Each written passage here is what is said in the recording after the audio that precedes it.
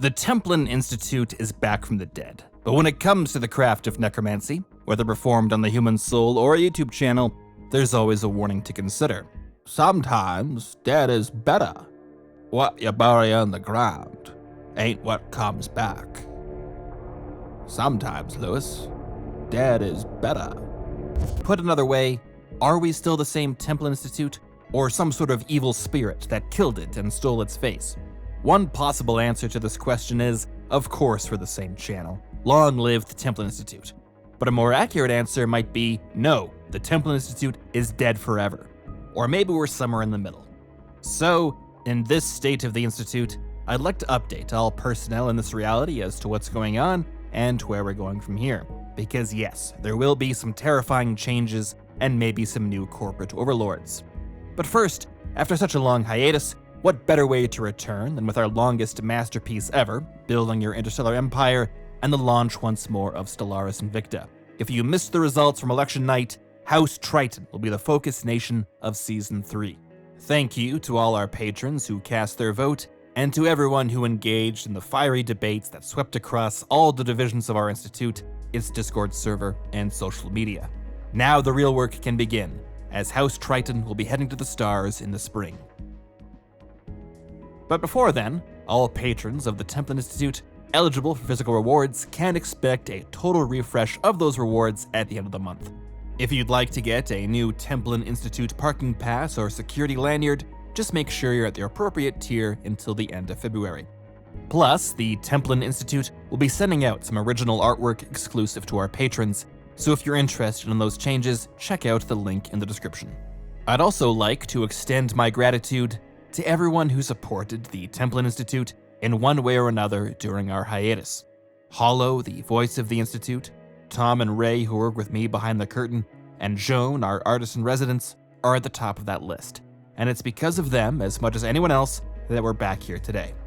And even though I try normally not to let YouTube comments go to my head, reviewing some old videos when things were pretty rough last year and seeing some recently left words of encouragement and support really meant a lot.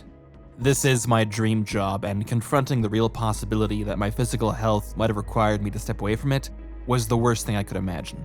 And something I never really fully accepted, because if I'm being honest, even when things were at their darkest, there was very little doubt in my mind that when the Templin Institute returned, it would have a great future ahead of it. And if nothing else, I've had plenty of time to think about that future, because I think we need to make some changes. If you want to skip to those announcements, you know how chapters work, but if you'll indulge me, I want to explain how we got here. Now, when the Templin Institute was just getting started in this reality, my big fear was that if I tried to define my success by subscribers and view counts, I'd look back on my career one day and realize that the only thing I got good at was making content for an algorithm. To avoid this fate, powerful and mysterious cosmic forces revealed to me 2 commandments, and then a third one a few years later, that the Templin Institute should follow above all else to remain pure and wise. No YouTube bullshit, build a business but don't sell out, and monetize content, never relationships. This philosophy was supposed to be about avoiding the behavior on YouTube that I found annoying, but mostly harmless. People constantly asking you to subscribe or half-hearted ad reads.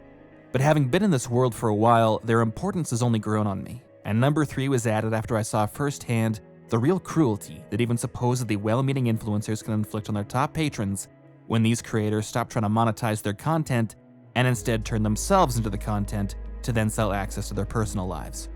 Parasocial relationships are an immoral source of revenue in my view, and while not everyone agrees, I think creators on this platform have a responsibility to recognize that the relationship between themselves and their fans is inherently unequal. Because our 3 commandments are basically just the same thing. Treat the audience with respect. And part of that means saying directly that if you watch our content or pledge on Patreon, I'm grateful. You have given me a career I truly love, and I couldn't have done it without the support of our viewers and patrons, but we're not friends. And I won't pretend otherwise to make an easy buck off you.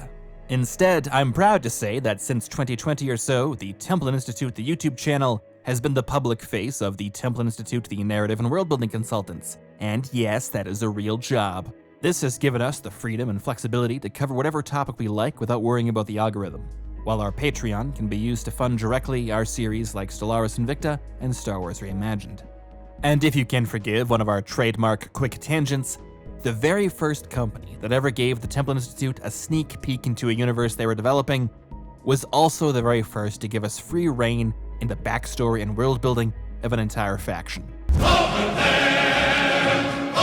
there, send the word, over there.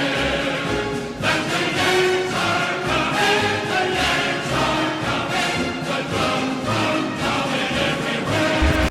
Our eternal thanks to King Art Games, and I can confirm that Templin Institute field agents have been on site for some time now across Warzone Kronos, and we hope to recover their bodies as soon as conditions allow. But what's motivated me to talk about all this is something you may have already heard from other creators. The YouTube algorithm has shifted once again, there is a new business model, and a legion of media distribution companies out there who are looking to exploit this. I know, because while we were on hiatus, the vultures sensed weakness and started closing in, and reading their pitches for what the Templin Institute should be was really depressing. You can tell what these companies care about, and more importantly, what they don't care about, and how they try to sell ya. Casual, off-the-cuff podcasts are apparently the future, not because they provide the best experience for the listener or the best medium for discussing a topic, but because they can be made cheaply with very little effort and tend to create a core group of fans ripe for parasocial exploitation. And while they'll always claim this business model has been specifically designed for your channel and audience, I think the whole process was best summed up by the suggestion that we should consider removing the abstract artwork from our store, because while this broken triangle symbol might have some obscure meaning for me specifically, nobody in my audience knows what this is supposed to be. In case it needs to be said, the response of the Templin Institute to any would-be overseer in this reality will forever be more or less the same as the Greater Terran Unions. ¿Ustedes? No pertenecen acá.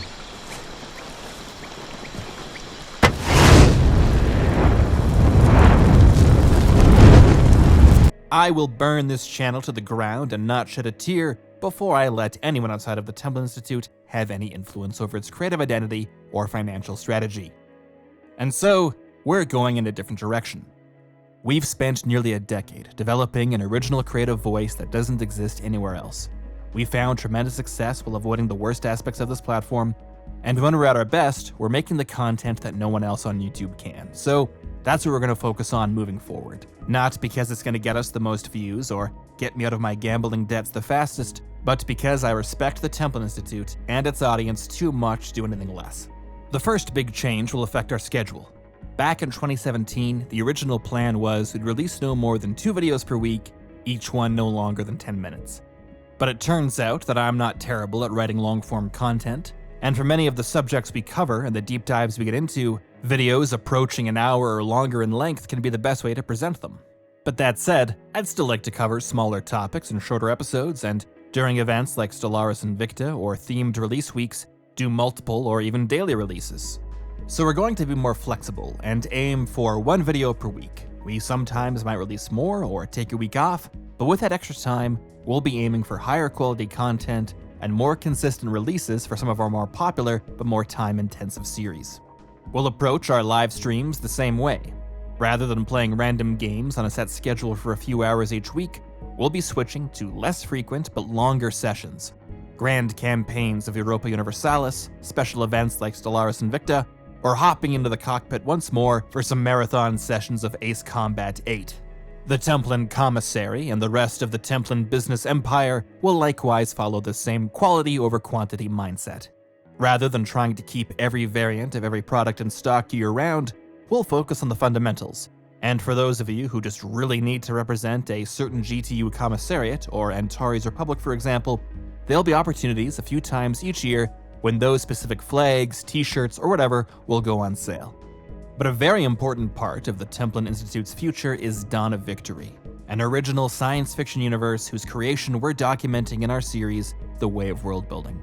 My health got in the way of things just as they were ramping up, but as we've previously hinted at over the last few years, the Templin Institute has been assembling in secret a team of artists, creators, and madmen whose credits include some of the biggest franchises in the industry. Cyberpunk 2077, Homeworld 3, Warhammer 40k, Alien Romulus, and no judgments, Star Citizen. Together, we're building Dawn of Victory from the ground up, and next year, we'll be releasing the very first lore and art book set in this universe. And this, unfortunately, is where we get to the bad news, because if there is one thing we've learned here at the Templin Institute, it's that investigating alternate worlds ain't cheap. And so if we're somehow gonna fund all of this original content and Dawn of Victory and everything else, well, the only way to do it is by breaking one of our 3 commandments. And even though I've just spent the last while talking about how I'd rather die than sell out, it's amazing how quickly my opinion changed as soon as the Templin Institute management updated the guidelines that define my behavior. Now I couldn't be more excited about it, because it turns out that the management here at the Templin Institute found a little loophole. Because while it's true we can't sell out to anyone in this reality, we're perfectly capable of being acquired by a megacorporation from a different one. But we'll talk more about that later. Until then, thank you to all the Templin Institute personnel in this reality. We're looking forward to once more investigating alternate worlds.